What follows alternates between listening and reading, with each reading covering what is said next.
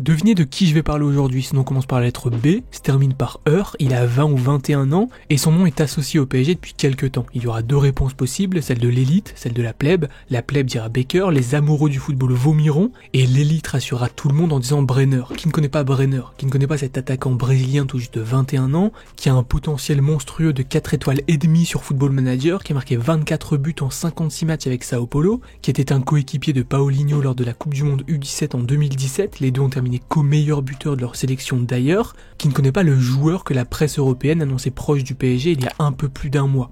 Brenner, c'est un joueur qui a médiatiquement explosé très récemment, mais c'est un joueur qui est connu des spécialistes depuis un petit moment. Il s'était par exemple montré en janvier 2019 grâce à un but face à l'Ajax de De Ligt, De Jong, Ziyech, etc. Un Ajax qui ira jusqu'en demi-finale de Champions League quelques mois plus tard. Sur le banc, il y avait Baker, mais ça, bizarrement, personne ne s'en souvient. Comme je l'ai dit, ce Brenner-là est dans le viseur de certains clubs européens cet hiver. Bon, c'est la presse qui le dit, mais je vais confirmer parce que ça arrange bien ma vidéo. Ils attendaient qu'il fasse une saison référence au pays, il l'a faite et derrière, tout le monde s'est emballé. Aux Pays-Bas, on annonçait l'Ajax extrêmement proche du dossier, le club aurait proposé 12 millions d'euros avant l'ouverture du mercato pour signer les joueurs, l'offre a été refusée. En Italie, la Juve et l'AC Milan auraient également approché la direction de Sao Paulo pour discuter de l'avenir de Brenner. Le Brésilien avait une clause libératoire très élevée, je crois qu'elle était à hauteur de 50 millions d'euros, eux voulaient savoir si le prix était négociable.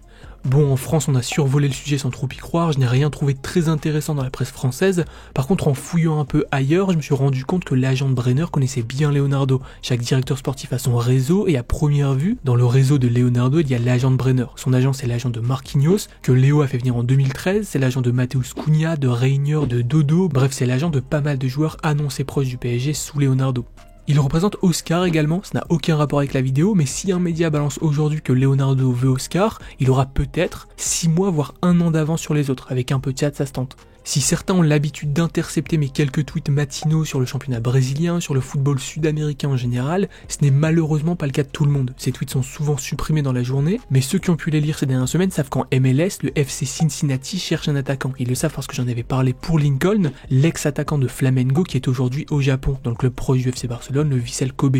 Pour ceux qui ne connaissent pas l'histoire, je ne vous félicite pas, mais je vous la résume rapidement. Flamengo voulait vendre Lincoln, plusieurs clubs se sont intéressés à lui, un accord autour d'un prêt avec option d'achat a été trouvé avec le Vissel Kobe. Flamengo devait renvoyer des papiers signés au Japon pour conclure le deal. Quelques secondes avant de les envoyer, ils ont reçu un appel du FC Cincinnati. Cela proposait un transfert définitif, cette option arrangeait Flamengo qui avait besoin d'oseille. Le club en a toujours besoin d'ailleurs, un joueur comme Everton Ribeiro a failli partir cet hiver pour renflouer les caisses. Le deal avec les Japonais est tombé à l'eau, au lieu d'envoyer les papiers signés, Flamengo a envoyé une contre-proposition pour un transfert sec, les Japonais l'ont très mal pris, Lincoln s'est rapproché de Cincinnati, le Vissel Kobe est finalement revenu avec une offre plus intéressante et Flamengo a vendu son joueur. Au final, le club de MLS a raté Lincoln, mais c'est a priori un mal pour un bien, puisque quelques semaines plus tard, au moment où je prépare cette vidéo, c'est très récent, ça date d'il y a 1 ou 2 heures, la presse annonce un accord avec Sao Paulo pour le transfert de Brenner, un petit club de MLS, plus précisément le bon dernier de la conférence Est, a donc niqué tout le monde.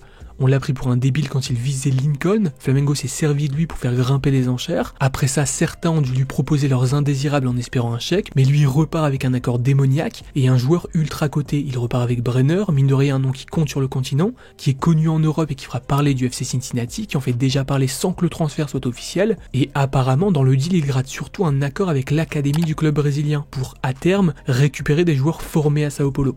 Personnellement, j'ai du mal à y croire, je connais très peu le FC Cincinnati, je sais simplement que c'est un club qui cherche un attaquant depuis quelques semaines, qui a bien servi à Flamengo pour vendre Lincoln, et je me demande même s'ils ne font pas tous boucan juste pour se faire un nom sans rien dépenser. Bon, c'est une théorie que je sors de mon chapeau, mais j'avoue que j'y ai pensé. Si le transfert de Brenner est officialisé, le FC Cincinnati changera de dimension. Le club est jeune, très jeune, mais il montrera au monde son ambition. Pour le moment, on parle d'un transfert à hauteur de 15 millions d'euros grand maximum. En vérité, ce serait 8 millions et demi plus des bonus. Et là, on peut se demander pourquoi les Brésiliens ont refusé l'offre de l'Ajax.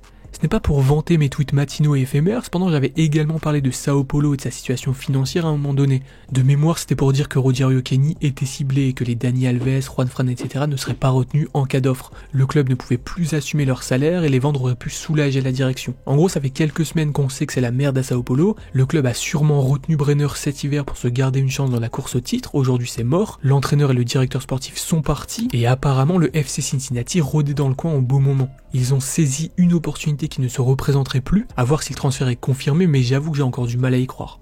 Brenner a brillé cette saison, il a marqué dans des grands matchs contre Flamengo par exemple, sa cote a grimpé, des offres sont arrivées, Sao Paulo s'est imaginé qu'un gros coup était faisable l'été prochain. Entre temps le joueur a eu une petite baisse de régime, le club est sorti de la course au titre, les dirigeants se sont posés des questions, ils comptaient sur la vente de Brenner pour se refaire. Sans ses bonnes prestations, pas de grosses ventes, peut-être même rien du tout, ils ont sûrement regretté l'offre de l'Ajax, ils ont une dette de quasi 600 millions de dollars, une masse salariale trop élevée qu'ils n'arrivent plus à assumer, c'est malsain mais Cincinnati est arrivé, ils ont paniqué, accepté l'offre, et les Américains ont fait le deal de l'année, enfin sur le papier ça y ressemble.